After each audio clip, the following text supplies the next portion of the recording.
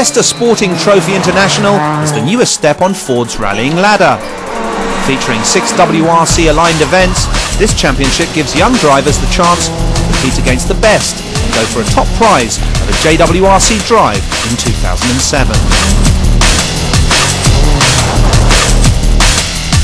The first round in the series was held over the fast-flowing tarmac of Spain's Rally Catalunya, and it was the Frenchman Mathieu Biasson who came out on top. Round 2 in Corsica was also run over asphalt, Biasson this time having to settle for second place like the young Italian flyer Alessandro Bottega.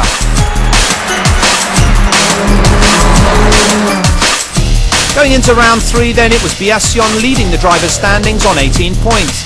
Just 2 points the margin between him and Bottega in second. The Fiesta STs used in this series are road cars combined with an M Sport conversion kit, which provide all the safety equipment and performance upgrades necessary for the car to be competitive and reliable at any WRC event. Basically, it's a Group N car, which means it's relatively standard. It's based on the Fiesta ST 150. It's been modified and all Group N parts to convert it as cheaply as possible as they can into a rally car. Using the technology employed in the development of the Ford Focus WRC, M Sport took the standard Fiesta ST back to the bare shell and redeveloped the car. Incorporating the safety features and the performance improvements needed to withstand the poundings encountered on rally stages all over the world. And once those modifications were done, they had a rally car ready to face each of the championship rounds. It's just an easy car to drive, so there's enough power there to learn, you know. The suspension and the gearbox are the best parts on the car, I think, which make it handle superbly. It's a fantastic little car, it's great fun, you know. It hasn't got a huge amount of power, so it works brilliantly here because there's real long uphill bits and it doesn't break the traction, it just pulls all the way up the hill, no problem, you know. This car's around 165 to 170 horsepower, which is about 10 to 12% up on the standard car. Their 0 to 60 acceleration is just about 7 seconds, and they're limited to a top speed of 107, 108 miles an hour. All the FSTi cars come with the same standard setup, based on the Fiesta road vehicle and designed to keep costs down. It's basically an M Sport setup which they've issued you with, and that they've had drivers, the professional drivers setting up the car and doing a lot of testing, so that setup they give you is basically, you know, a good setup, so you don't have to do a hell of a lot to the car. It's a case of getting it and drive it, so there's not a lot of money required for testing it and development. In the WRC, on the other hand, testing and development are essential stages in designing a rally car, because it differs greatly from its production counterpart. From a World Rally car, it's quite considerably different. A WRC car, we start with a clean sheet of paper and build up from the ground to make a bespoke World Rally car. This is based on a production vehicle to which we add competition parts. Our car is basically a road car. It has got a different gear change, and okay, we've got the roll bar, roll cage, hydraulic handbrake, but the bases are really like a normal car. And that car is exactly the same for each of the competitors, meaning the challenge is genuinely between the drivers and not the machinery. The key with this is the first step in WRC. The fundamental factor for us is that the cars are all exactly the same, and then we can really get a good look at the drivers to see who's going to be the stars of the future, and they can get some valuable experience at limited cost. The biggest problem we've got now is that they're just so competitive. These guys are really, really competitive to make a future for themselves, and it's fantastic. It's exactly what we wanted. It's a perfect scenario. With 2 tarmac rounds already finished, the Fiesta drivers headed to the first gravel event of the season, the hot, dusty mountain stages, the Mediterranean island of Sardinia. And though it may not look much like Rome or Florence, Sardinia is as Italian as anywhere in the country.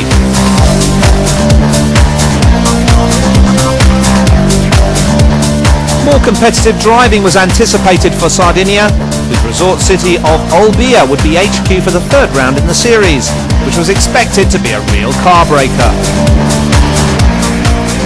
On to leg 1 then, and 6 gruelling gravel stages over 130 kilometres. And Russia's Evgeny Vertanov was first to hit problems in the tough conditions when he lost a tyre and then the whole wheel on the second stage. Out of the first leg, Vertanov would rejoin the rally on day 2 under restart rules, but from back in 8th position. After the first 3 stages, Scotsman Barry Clark was in the lead by over a minute and a half, but on stage 4 he too hit trouble, his drive shaft breaking, forcing him to retire from day 1. And stage 4 also proved the undoing for championship leader Mathieu Biassion. He suffered a broken front wishbone on his Fiesta with the end of the stage in sight, and like Clark before him, he had to be towed back to the service park. And there was more bad news for Biassion, as his main rival of the championship, Alessandro Bettega, set the fastest time on stage 4 to move into the rally lead. So going into stage 5, it was Bettega in first and Biassion in third, although he would retire from day 1 and look to restart on day 2. Lambros Athanassoulas had driven on a number of loose surface rallies prior to Sardinia. He was in good form late on day 1. The Greek driver was fast in his Fiesta on stages 5 and 6, and he moved into 4th position, 3 minutes behind the leader. Ahead of him was Britain's Tom Curtis. He stayed out of trouble in the day 1 dust and would go into leg 2 in 3rd position.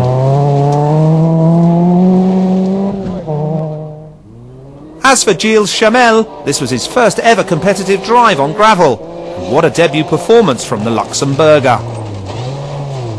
He was in 2nd place overall, 1 minute down on the rally leader. And that leader was still the local favourite, Alessandro Bettega. Consistently the fastest driver on the gravel, he would go into the 2nd day with a healthy lead.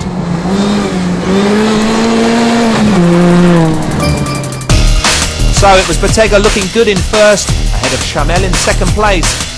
As for Mathieu Biassion, he dropped to 5th after his penalty for failing to finish day 1.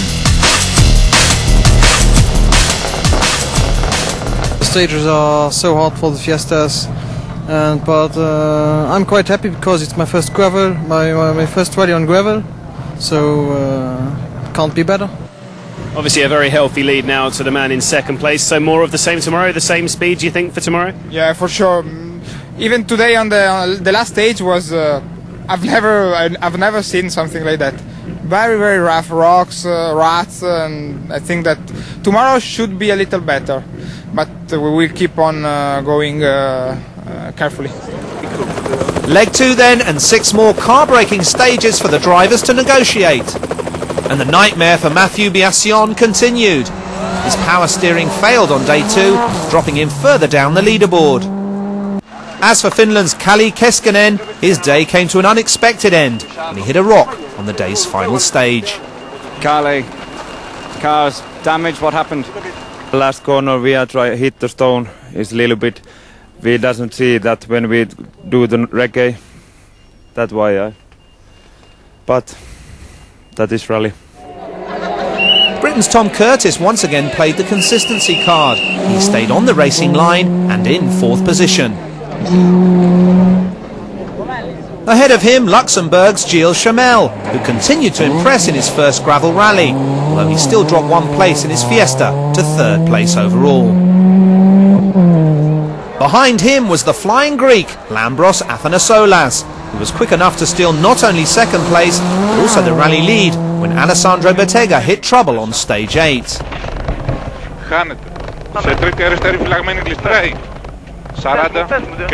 In the end though, Lambros was unable to keep hold of 1st place, and he would finish the day just 34 seconds down on his Italian rival. As for Bettega, his stage 8 puncture cost him 4 minutes and 3 places on the leaderboard. But the Italian responded superbly, setting the fastest times on 3 of the day's 6 stages to retake the lead with a storming day 2 drive. So with 2 legs down, Mathieu Biassion was out of the running in 8th position after his problems. At the top of the leaderboard, less than 2 minutes now separated the top 3 drivers. And with Sardinia's gravel roads proving so tough and so unpredictable, anything could still happen. And it did, to Greek driver Lambros Athanassoulas. In second place overnight, he slowed to an agonising halt on stage 14 when one of the wishbones on his Fiesta broke. No more stages, the unlucky Lambros was relegated to 6th place overall. Back. Push! Back. Just a little. Not to, yes. Not to go. Scotland's Barry Clark won 3 out of the 6 final day stages. He recovered from his day 1 problems to finish in 4th place. Fellow Brit Tom Curtis could also be well pleased with his weekend's work. He took the 3rd podium position and his first championship points of the season.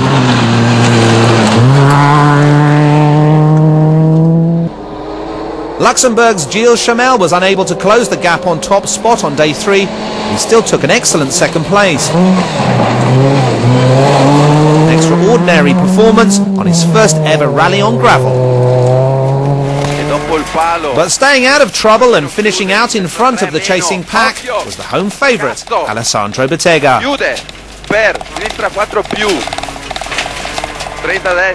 A fantastic 2nd victory in a row for the young Italian and co-driver Simone Scatolini.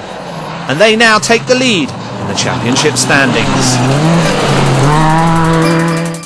3 minutes and 40 seconds then the winning margin for Bettega over Chamel, with Tom Curtis placed 3rd and Mathieu Biassion back in 8th place after his problem-marred rally. And for Britain's Tom Curtis, his first rally outside of the UK was one to remember. I'm delighted. It's been really tough. It's the longest rally I've ever done. It's the first rally I've done outside the UK as well, so it's been a bit of an adventure, but I've enjoyed it. It's been excellent. So far it has been a very good championship for us. We had 2 wins and 1 3rd place, so really good. I'm enjoying it a lot. Okay, the mechanics were really good, even my co-driver, so let's hope to continue like this. So Bettega edges ever closer to that 2007 JWRC drive. At the halfway stage in the series, he leads Biassion by 7 points. So it's arrivederci from Italy as the drivers look to the next round of the Fiesta Sporting Trophy International, the Rally of Germany.